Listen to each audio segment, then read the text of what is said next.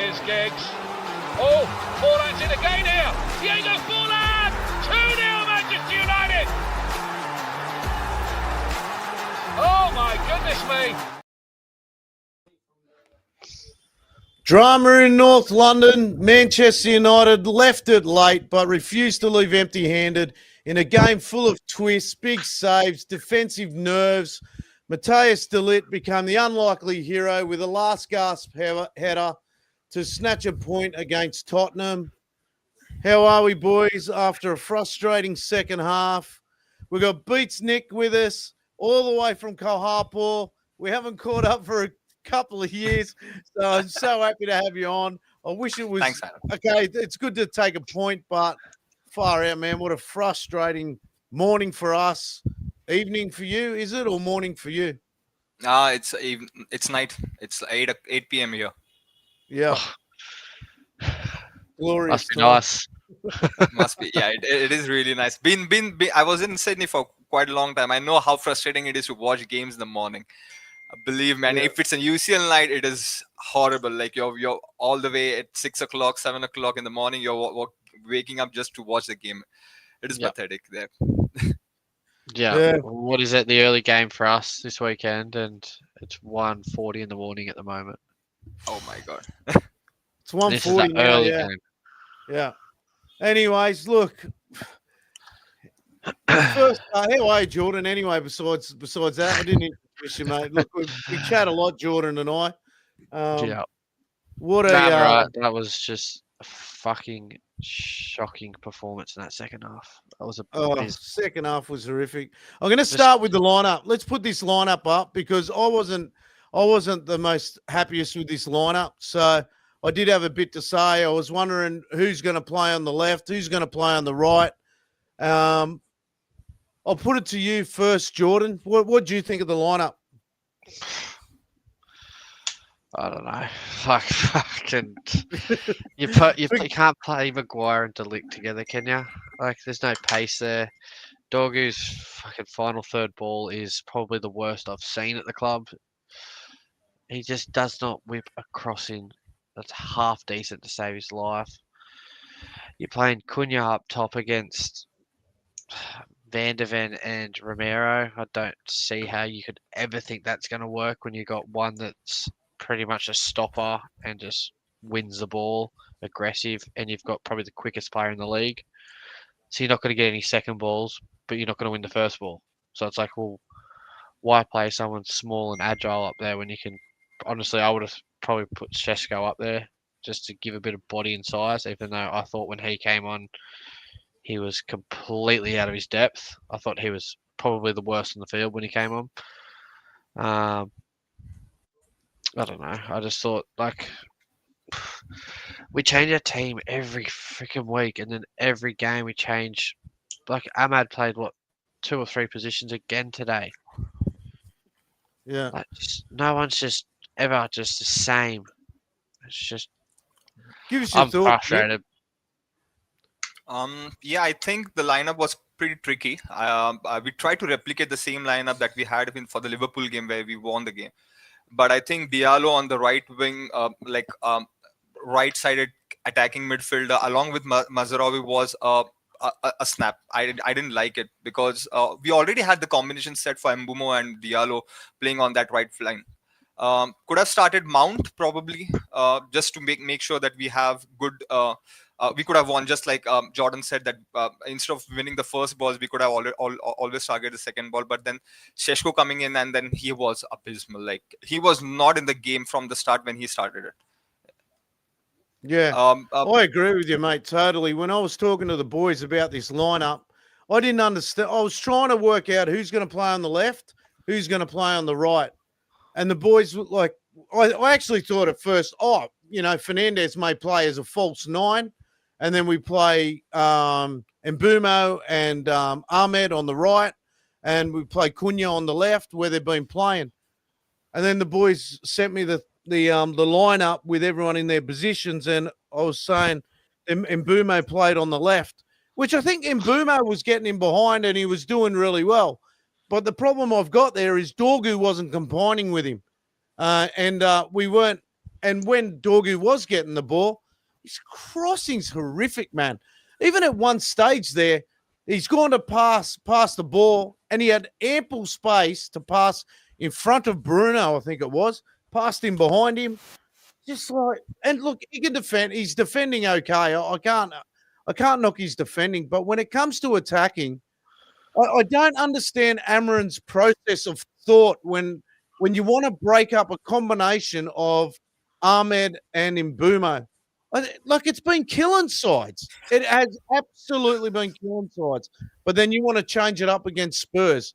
I don't fully understand it. I got a feeling he might have changed it because if you watch the goal that we conceded last week, the header, Ahmed was at the back post and got beat. And I don't think he wants Ahmed in those positions anymore because defensively he runs, don't get me wrong, but defensively he's pretty shocking, which is fair enough. He's a winger. But we don't have to have that, do we? It's a corner. I said it last pod. We could easily just say to Ahmed, move out of the 18-yard blocks and put a taller player in. But it's the second phase of the corner. It's someone that can defend better. But this is where our biggest problem is, though. How many crosses is Tottenham getting in the box this week? Mate, but first half I got F4. The second half. Really? But same thing happened at Forest. How many balls they get in the box? We just don't get close enough when they're out wide. Mate, I'll tell you what. One thing early in that game, I think we should have had a penalty early in that game. That's for sure. Just like... Oh, yes. And from the Richarlison's hand, right? Yeah. Of the corner. Yeah, it was a pretty straight penalty, I feel.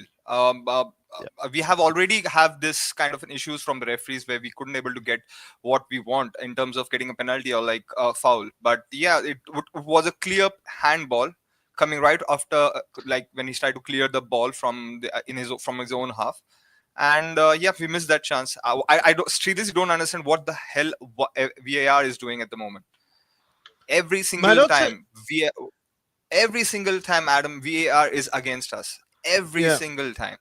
Mate, I tell you what, I was watching the girls' game as well before kickoff, and there was one there, right? And the ball came up, hit her hand in the box, and the referee, Ella Toon's arguing with the ref, and the ref goes, no, it hit here. Like, pointed to her arm. Like, it's mental. These referees, honest to God, man. The referee today, he let a lot go again, like it was against Liverpool. There was so many in that first half. There was a lot of big hits, man. A lot of big hits in that first half. And what do you call it? Nothing was picked up. I've got something from Elliot here. He goes, lads, it's very disjointed starting team. There's no follow, non or momentum able to be built from previous teams we've started. Is the manager overthinking it? For me, yes. 100% he's overthinking it. I'm actually putting it on, even in the, I don't want to jump to the second half too quick, but is it like those 3 subs at once because Maguire done a hamstring? Like, and then we're playing with 10 men for the next 10 minutes. That to me is one of my, that is one of the, as someone that's played the sport so much, that is one of the dumbest things you can ever do. Is when there's 10 minutes to go, make sure you've used all your substitutes. Like, just think about that logically. In the last 10 minutes of a game, there's going to be more likely to get an injury than any other point of the game. And you've gone and made a triple substitute, which used up the rest of your subs, and brought on Diego Dallo as well. And you've wasted... You haven't wasted your subs, but you haven't utilised them because anything can happen. Like, obviously something's wrong with Sesko because he's not played today. The manager didn't even want to start him. I don't know whether he was going into the game with an injury or maybe he doesn't know. Like, I don't know if Amorim thought he was going to be better than what he is. I've said it from the start. Sesko's not what everyone thinks we've signed.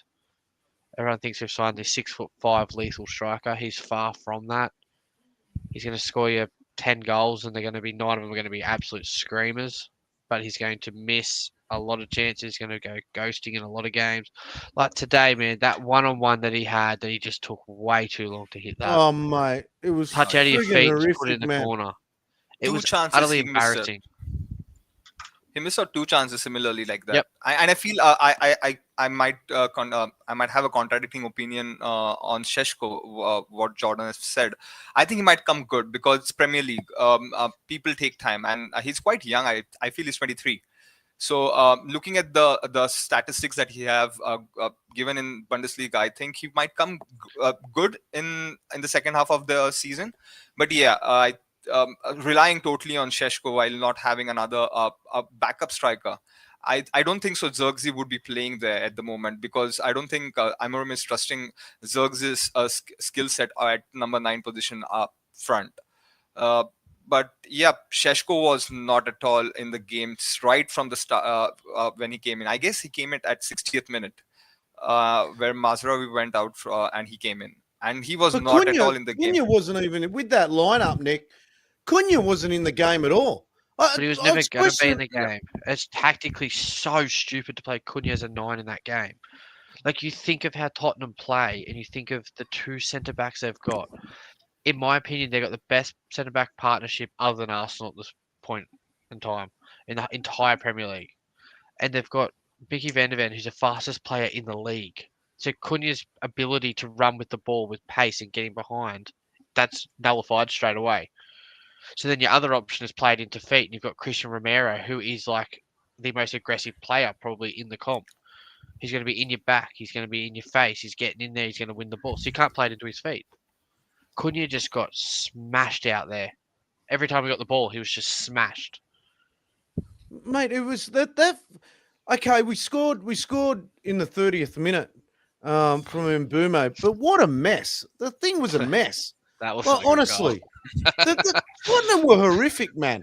They were absolutely terrible today. Mate, they couldn't find passes in the first half. They were turning the ball over. It was absolutely abysmal. We were getting in behind. Mate, we should have had more shots on goal. We didn't. Yep. I'll probably get criticised, but where was Bruno again today, man? Where was he? Honest to God, you tell me, where was he? He was that quiet again. He was quiet. Again, Casemiro and him were so far apart, they're coming straight through the middle again. There was a couple of moments in the game where I think if we had better wing backs, we actually probably would have been through. I say we would have been through on goal, but we would have been caught up by Mickey van der Ven. But Bruno makes a lot of darting runs from if the ball's on the right-hand side, where Mazraoui was, he plays on the left side of Casemiro. So he makes a run around the back and in behind into the channels a lot. The biggest issue is if you turn the ball over then, he's completely out of the game because he's the first player forward. But he did have multiple chances where we could have played him in. I'm not saying he would have done anything with him because the one he did get played in, he fucking fluffed his line, something shocking. But on the ball, he didn't get on the ball. We didn't dictate the game at all. And that was probably the weakest Tottenham team we'll face in the last. Yeah, Kudus was out. Like the main player that where Tottenham is currently relying on, he was out. He was not on obviously not on the bench as well. And with respect to Bruno, I think we should have sold him this season because in the 3-5-3-2 midfield, with that midfield setup, Bruno is not the player that we are wanting to there. He plays good at number 10. He's there right there, making those fancy passes, but not in the two midfield setup. We need someone who can dictate the midfield. This is my point where I actually thought the lineup should have been Cunha on the left, Mbeumo on the right with Ahmed, Bruno playing as a false 9, and then you bring Mazraoui into the what he call. I know people have problems with De Ligt, and I'm the first one to criticise him, but you bring Mazraoui into the middle with Casemiro if you want to play him that way, or bring Mainu and bring De Ligt on. Okay, he's been shit, but you know what? We've still been playing with him over the past 2 to 3 weeks, probably longer, with him playing terrible. But if you want to play Cunha out, I just think he got it wrong out on that left and right hand side. That's just in my opinion. I just thought we lost that edge through Ahmed and Mbeumo on the right. I just think we lost that edge. It was weird. It was like he wanted to play counter-attacking, but you can't counter-attack Tottenham when they've got the pace at the back that they have. You can't outrun them. They're so fast. And you cannot play Mazraoui as a wing back. He doesn't have the legs. He is good in the 3-man defense, but not on the wings. It was a blunder from Amorim, like by playing Mazraoui on the wing back. As you said, like we missed that combination. This combination that we were relying on like since last 4-5 games, where Mbeumo and Ahmad is linking. We missed that linkage this game. Knowing the fact that their defenders were quite strong, pacey, and Mickey van der Ven, like the fastest player right now in the Premier League, we needed to tackle him somehow, like a setup where we can block him. But yeah, we missed it. Like the midfield's totally just so open, man. It's crazy. Yeah. But that was both teams. Both teams were doing that. It was all in all, it was such a poor game from both teams. It was ridiculous. It was a bad game to watch. Honestly, like I've been up since 5 o'clock this morning. Jordan and I did a Twitch at 6, 7 o'clock this morning, and I'm dead set nodding off in this game. And I never nod off in a game, man. Never, especially when it's kickoffs this time. And it's just like it was absolutely just killing me, man. It was, and I don't know where to go with it. It's just like you've let yourself. Okay, it was good. De Ligt got the equaliser, but my point with that is, why is it when we score a goal, when we concede a goal, we go on, put everything into it to go and get to tie the game up, but we can't seem to have the same energy coming out at the second half. Why can't we have the same energy? It's mental. Second half drop off is crazy. I've got Miss Samia 17 here. He's got. I think we got slowed down too much after the first goal. You know what? At one stage there, Harry Maguire, he was sitting on the ball again. And the first thing I always say whenever I see him do that is, why is he slowing it down? Why is he slowing it down? Again, players not coming to receive the ball. Again, struggling to get out. To me, that outlet we lost with not having Amarin and Mbeumo playing together. It's just like, it drives me crazy, honestly. And Elliot change things. Like, why do we not, like, you look at the fundamentals of a team and you find out what's good. For City, it's playing through Haaland and getting Haaland in goal. That's what that makes them win. Arsenal, it's keeping a clean sheet and doing set pieces and getting big bodies in the box. That works for them. So they do it every week. Why are we changing the one thing that's actually working for our team each week? And we play Tottenham and we go, oh, let's just flip it around. Do you know what I mean? Like, why not keep that and just keep building on it? Keep getting Ahmad and Mbeumo playing together every week. The more they play together, the better they're going to get. It's crazy, man. I don't. And we don't have midweek game as well. Like, we can keep the same setup week in, week out. We are only playing 36 odd games this season, and changing this kind of structure each and every game, especially with the defense. One week you will find Maguire in the heart of the defense, and next week you'll find Euro. Oh, so sick of them saying that. Yep. You know what? When I really, really think about it, you look at Lammens, man. He saved two off the line, man. And the commentators saying, they're standard saves. Fucking bullshit, man. That second one was a great save. Yeah, exactly. It was first one that Romero flicked and he hit it with his shin. That reaction time to not even flick it into your own goal, but to get it out and around the post. That is such an underrated save. He does remind me of De Gea because he uses his feet like we had a past goalkeeper who couldn't even use his hand, like in Onana. Oh my god, sorry to say about that, but yeah, it's true. Like Lammens has a good feet, like he's good on his feet. his reflexes are very good. Like even the second save, like within, and apparently, yeah, I'm still trying to understand why United turns off right after the second half when they come into the play every single time. Like I guess against Nottingham as well, 2 goals in 3 minutes, and we could have had the same kind of a flashback in this game where Lammens had to step up and save those 2 goals. Could have been there. But that's the thing. Like, you listen to the commentators after the game, I was quickly before we went on, and they go on, I think it's a fair result, a draw. Yeah, when you think about their keeper, what saves did their keeper really make? We had 2 shots on target. No, both We had goals. 2 shots on target. We scored 2 Two goals. shots on target. Yep. No, I think by the time, I suppose they would have been 4 or 5 on target. If you really think about it, Tottenham probably deserved to win the game after Lehmann scores, saves 2. They had a couple of shots on goal. They Even scored Richarlison missed in the first half as well. Richarlison missed a cross coming from, I guess if it was that from was a Johnson, chance right? too. Brennan Johnson, yeah. Brennan Johnson left foot across. They could have been like there itself. Yeah. So I think Spurs were deserving, but I think the game itself was abysmal. Like for both the teams, they were not up to the mark, and we could have capitalized it, but unfortunately we didn't. And I think it's a fair.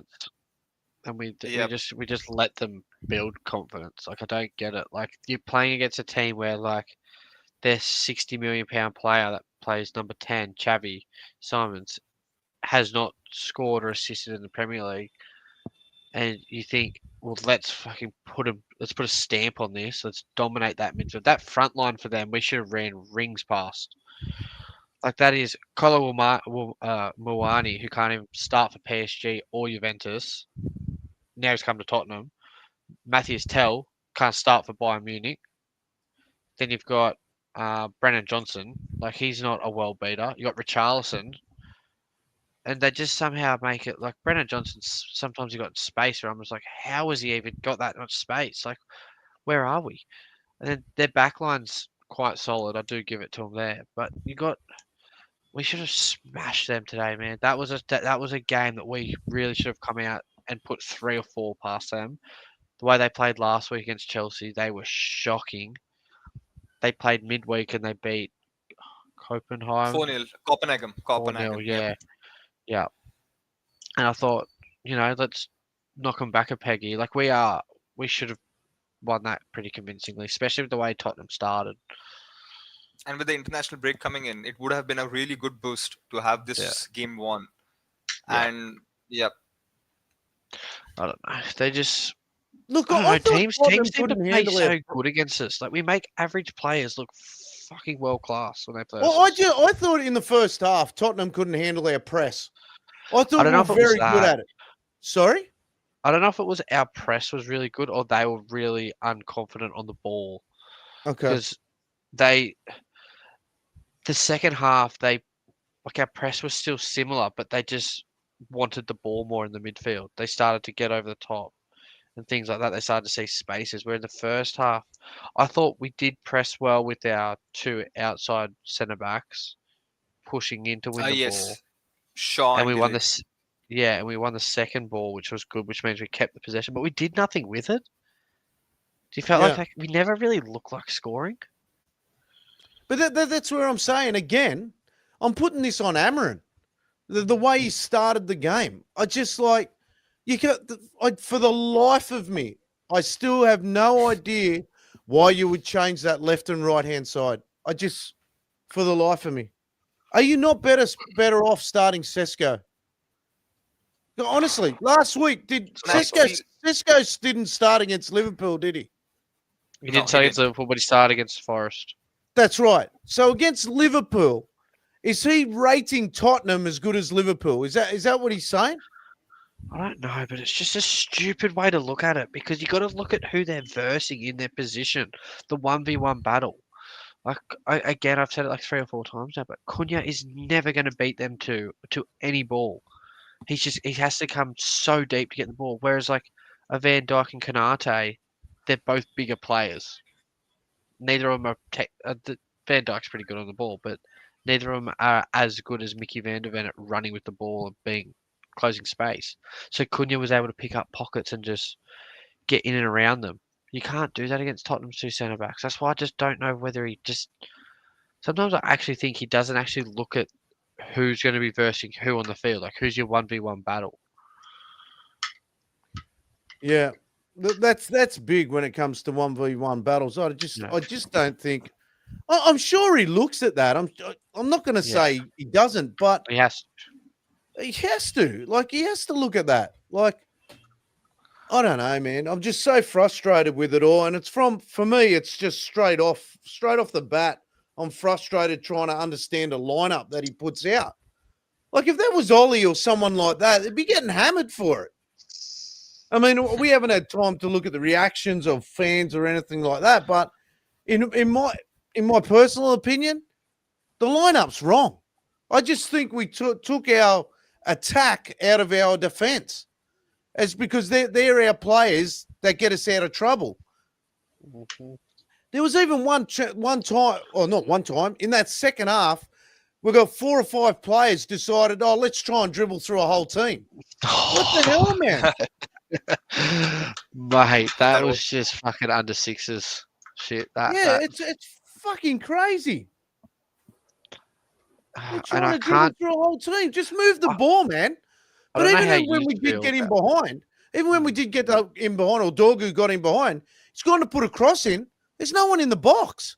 Yeah. Yet in the first half, we can manage to get Harry Maguire down into our 18-yard box, but all of a sudden in the second half, we stopped doing it. Well, do you notice too, when we do have players in the box, and I know we haven't got the size without Šeško up top, but one thing that I hate is when Dorgu or Ahmad does it quite a lot as well. They beat the man, they stop, they let the man catch back up, and then they turn around and they pass it backwards. Yeah. Drive into the fucking box. Yeah. But there should be someone in the middle, right? Corner. If you drive into the box, you're going to ask for someone to try and tackle you. You're going to commit people to defend you. But if you stop the ball and let everyone... It only takes 2 seconds of putting your foot on the ball. Harry Maguire does it at the back all the time, where they put their foot on the ball and it lets the whole other side... All the team needs is 2 seconds to reset. If they know their jobs, it takes 2 seconds. And we do that and we pass it backwards. Then we switch it. We do 3 or 4 passes. We switch it back out. We go around the other side. We do the same thing again. And it's like, you could have had 3 or 4 crosses in the box. Just whip it in. Look what happens when they cross it. Tottenham's scored twice. But Jordan, like, for that argument, you need players in the box. We had no one. Like, even for the cutbacks, there were no one. Like, there was one of the instances where Cunha took that play in the second half from the left. And when he tried to cut back in, there was no one in the box to get that ball. I think Bruno came darting from the midfield to pick it, but again the same old story. The Bruno back to another midfield, and then it goes back from the other one flank to another flank. So this is why the you need pattern an out-and-out that striker, though. That's why you just needed. You just have to have it. Šeško, I think Šeško could come good. I still have a gut feeling about Šeško. He will come good, but have you watched him much? Did you watch him? I'm not watching much, but yeah, I can say because he has a potential. I think for Bundesliga as well, he was quite good. The numbers that he put in, and we wanted someone at that position who could link up with Mbeumo and Cunha, because these 2 players which we have got are Premier League proven players. They put the numbers in terms of goals and assists. So we need someone in the middle who can just link up with these 2 players. And I think Šeško does that better. Just the fact that he's quite young, new to the league, and Premier League is quite challenging and demanding at the same time. I feel he will come good in the second half of the season. But yes, saying that, we want someone who can cover Šeško, a experienced striker, who can give 10, 12 odd goals probably, and then Šeško doing the same thing, probably 10, 12 goals initial years of his time in Man United. But yeah, I think you'll be very surprised to see Šeško hit 10 goals in the Premier League. I watched him a lot last year, man. He's not what people think he is. He's not even close. It's a direct comparison between Højlund and Šeško then. Even Højlund was they're completely different players, but you'd get more goals on your return on investment on Højlund than you do Šeško. And it's crazy to say that, but Højlund will score you more Premier League goals per season than Šeško will. The time will tell then, probably. I have a... Because after Højlund went to Syria, he started banging goals left, right, and center. But again, here we had issues. We had no one to provide Højlund in the last season. And this season he was coming good in I think the preseason as well. He was coming good, but then we had to sell him. We have to loan him out, and then probably it's obligatory to buy from Napoli, and then they will trigger the clause. I don't mind just selling Højlund because it doesn't fit what Amorim wants, where probably Šeško does a bit more. Like, Šeško will bring players into the game. He will. Yep. So he's a 6'5" striker, but he plays like he's 6 foot. Like, he doesn't have the strength. He doesn't have the touch. He's just a bit. There was one stage today. His touch was shocking. Mate, how's his touch against Forest when he got played in? He missed the ball completely through his legs. Like, he's a clumsy striker, but what he will do is he'll hit a volley from 25 yards out and it'll go top corner. That's what he'll do. Yeah. He's got that type of strike on him, but he's not someone that you're going to get. Like, he scored 16 goals in the league for Leipzig last year, and he was fucking bang average when he played for them. He just scored these ridiculously left foot volleys, right foot volleys, like stupid goals. And he played in a Leipzig team, which are a top 3 dominant team in Germany. Like, they're a dominant team. Yeah, whether I hope I'm wrong with that. I'm not blaming Šeško for what happened today. I just think the drop off in the second half, and then the three subs, that they didn't do anything for the game at all. Ugarte again comes on. He got ripped at one stage, and the player wasn't even on the ball. The player wasn't even on the ball, man. And then he's the one that kept him on side. He's the one that kept. He was the last man. He's a dumb fuck midfielder, to be very honest. Ugarte should be sold. I think Casemiro's turnaround for the season was quite good, and I think we cannot rely on Ugarte. Like, to be very honest, he should be gone by now. I think what's Mainu got to do, man? What's Mainu got to do? You cannot tell me that Ugarte is better than Mainu. Not even close, man. Totally different. Like, okay, but Amorim seems to think that Amorim seems to think Ugarte can defend better and intercept the ball, but he's not even doing that. He's not doing that. He loses his player that easy. It's crazy. But I think Kobe Mainu is going. He's going in the January. I'm quite sure. Looking at the way he has played, and the World Cup is on the brink, so I think it's better that he goes on a loan. Probably that would have a leverage to get Anderson. But yeah, Ugarte should be sold. This next name after Dalot should be thrown out of this club is Ugarte. First Dalot, then comes Ugarte. I just don't understand how you could ever even think about possibly letting Mainu go anywhere. Like, he is such a fucking technically gifted player. You cannot sell a Mainu. You cannot sell him. You can't take him out on loan. Like, he's exactly why we love this club. He's that. Exactly. Oh, mate, I'm with you 100%. They get rid of Mainu, man. I'll be Devo. Honest to God, man. I think he would be filling Bruno's position once Bruno is gone next season. I'm quite sure Bruno is leaving. If he's not leaving, we should sell him.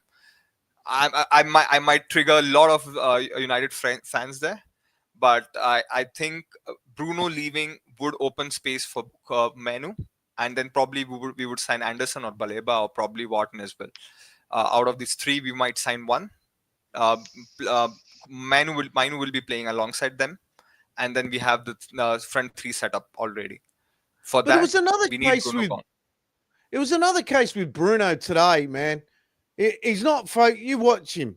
The camera angles at Tottenham's ground. They were good camera angles because all you saw was Bruno pointing at players, putting them in position again, not worrying about his own game. He's freaking running around like a headless chook again. He's just like arguing with referees, It was just, again, one of those shit games where you need to focus on your own fucking game. Like, honestly, argued with the referee about a throw-in for about 30 seconds. And I was like, mate, it's a fucking throw-in. Just get in position. That's how he operates. He frustrates even his teammates, like doing such things. Even for the same attitude and behavior, Roy Keane smashes him in the post-match conferences or wherever he gets chance for Bruno. It clearly says that he lacks some leadership quality by doing such thing in the game, during the game, where you have to dictate, you have to have a control, you do such crappy things. And I think subbing off Casemiro was another blunder of a decision. I think 100%, man. That was a shocking substitution. When I saw the 3 subs coming on, look, I thought, like, why wouldn't you put Mason Mount back out on the left? I actually thought when you bring the subs on, you'd put Mason Mount back on the left. And Mbeumo Sesko he wasn't injured at the time when he made those 3 subs. No. So put him back out on the left. Like, it's just, I'm not even the coach, man. I'm paid jack shit. But, like, honest to God, man, it makes more sense to me to just go and put Mason Mount back on that left-hand side, take Cunha off, Sesko through the middle. Okay, so it happens. But you don't need to go and make 3 fucking subs, man. 3. You should never, ever make you should always have one save. All because of one injury. 88th minute. So, but what he's done with those 3 injuries, he's basically, okay, he can't tell the future. But basically what's happened, we've lost Maguire now with a hamstring injury. Now we've lost Sesko with a hamstring injury. Like, and then we play the last 10 minutes of the game with 10 men. Mm-hmm. Like, he's got to take some blame here, Amarin. He's got to take the blame. That's basics, man. You always have a sub in the bank until 90 minutes into the game. You make one to just add something into the last 3 or 4 minutes of the game, but you always keep one there because you don't know what could happen. Your goalkeeper could get sent off, man. You don't have a sub. What are you doing? Yeah, you put Harry Maguire in goals for the next 6-7 minutes. Like, it's just basic fucking common sense. That I'm sorry, but that is that is just naive coaching. Yeah. I don't know. He keeps saying he's learning, like he's just turned over a year, and he said, I've learned a lot in the year. I think his substitutes are still shit, man. They're absolutely shocking. The managers over the past few years have all copped it hard for substitutions. Okay, it comes down to depth as well. But I don't know. Why can everyone else see that by the manager? That's what gets me. Like, we all can see 3 subs is a big mistake, yet it seems to happen. Anyone can say that. Anyone can say that. But I know we are all frustrated, but we have to give credit to De Ligt. He has been rock solid at the defense. Man, he was man of the match. He was rock solid. This season, he's proving. The goal. He did lose it. Like, he got turned on that goal. So, yeah, but he was very good through the whole game. Yeah. Tell you what, that was a fucking good turn. To take that ball on that turn and spin a full 90 degree and be able to hit it. Took a mad deflection, though. I know, but it's more the spin on that goal from, like, a defending point of view. That's fucking hard to stop. Like, yeah, because he's gone to take it and he's let the ball roll across him and he's used his body and his shoulders just to roll to it. But again, you can't let the ball get into the box. That's the whole fucking thing. Why is the ball getting passed into the box? Yeah. You look at the play just before that. Where's Bruno and where's Casemiro? Oh no, they were off at that time. Were they off at that time? No. Yeah. Casemiro was, I think. Yeah, Casemiro was off. Casemiro was off. Yeah. Ugarte's probably fucking still trying to figure out where he's supposed to be. Again, Ugarte could have easily cope up for the second goal where Richarlison scored. He could have put him on the offside, but then he was quite slow to react. Yeah. Because I think it looked like at one stage he was going to walk, and then all of a sudden he's realised he's got to sprint out. Well, he fell over, but the ball wasn't near him. And then, Anyway, that Richarlison celebration, they fought to get the equaliser. They fought to get the equaliser, but I don't understand why they can't come out with that kind of spirit in the second half. It just annoys me. Yeah, it's concerning. Again, this is the ladder. So the ladder, you got Arsenal. They haven't played yet. Arsenal, City. I think City's got Liverpool, haven't they? City's Liverpool, yep. Yeah. So we've dropped into 7th. It's just, what have we got? We've got 1, 2, 3, 4, 5 teams on 18. We really should have won last 3, including this game. We should have won the last Nottingham as well. We would have been in a really good position to challenge. We'd be on not for points. The Premier League, but at least for top 4. We would have been on that. Points. It's crazy because we spoke about before, if Bruno scores those 2 penalties. And, oh my God. And we take a point with Arsenal. Jesus, we're just letting ourselves down, aren't we? It's just crazy. If we won last week and we won this week, right, and we still played the way we did, I think it's one of those things where our results are papering over the cracks of we're not actually playing well, which I mean, I'd happily win a Premier League and play shit the whole year and win it than play good and come second. I think the most important thing in the whole sport is winning. I don't care how you do it. I think the most important thing is 3 points. But the last 2 games, man, our performances in the second half have been fucking pretty bang average. We turn off in the second half of the game. It's a pattern that we are following. Today as well, we could have considered 2 goals thanks to Lammens and his goal stopping ability. We could prevent Tottenham to score those 2 goals. But yeah, this is what I don't understand. When we are getting starting the second half, we are turned off. We don't know what to do. We are so slow like a sloth to react to everything. We forget the combinations that we did in the first half. We forget the drills that we have carried out in the first half, and then suddenly when you're going in the second half of the game, we are turned off. Losing concentration is one of the key thing I feel Amorim should acknowledge, address, and try to mend it. Do you think he's saying is he saying the wrong thing at half time? I don't understand how you don't come out in the second half when you're winning a game, a big game, and be up for it. The other teams just always seem more energized. I just don't know if we're just not saying the right thing or. Mate, I'll tell you what. I lost energy after seeing what I just saw then. I did, mate. I was so fucking deflated, honestly. Anyway. Yeah. It's always a dramatic finish in it. Honestly, and you're right. It probably, hides deeper issues. But, to take a positive, we fought to get the, and it was a nice move by De Ligt as well. Yep. He checked out. He checked out from where he was, came back. They followed Lammens, the keeper, and it was a nice header. So credit to him, The other thing I think he's really underrated at is defending balls into the box. He's very good at positioning himself when someone goes down to the byline of sitting between the near post and where the ball's actually going to end up. He always seems to react and be in the right spot to whether he puts it out for a corner or he clears it out. He's really good at reading where the cross is going to be. I think he's actually quite underrated with that. Yeah. Yeah. He actually should have probably got the header over Maguire against Liverpool.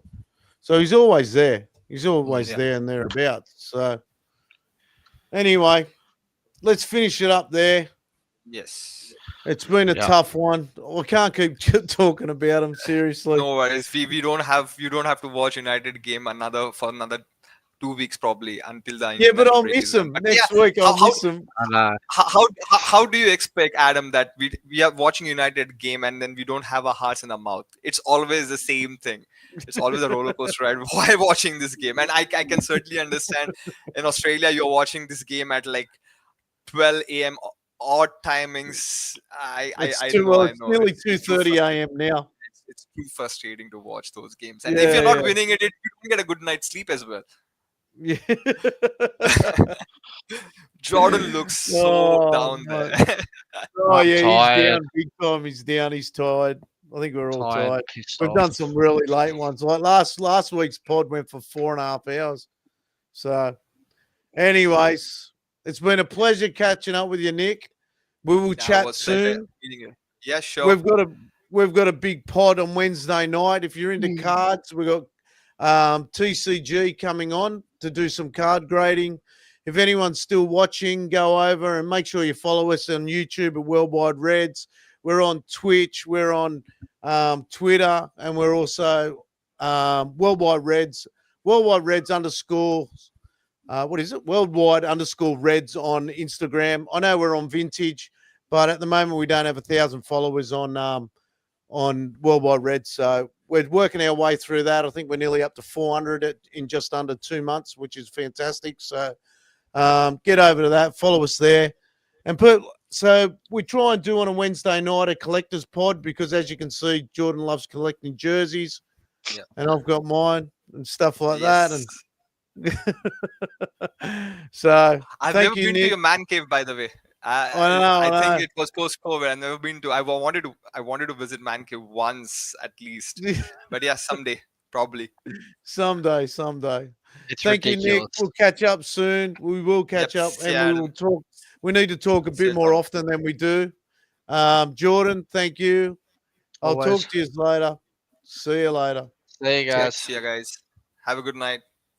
You too.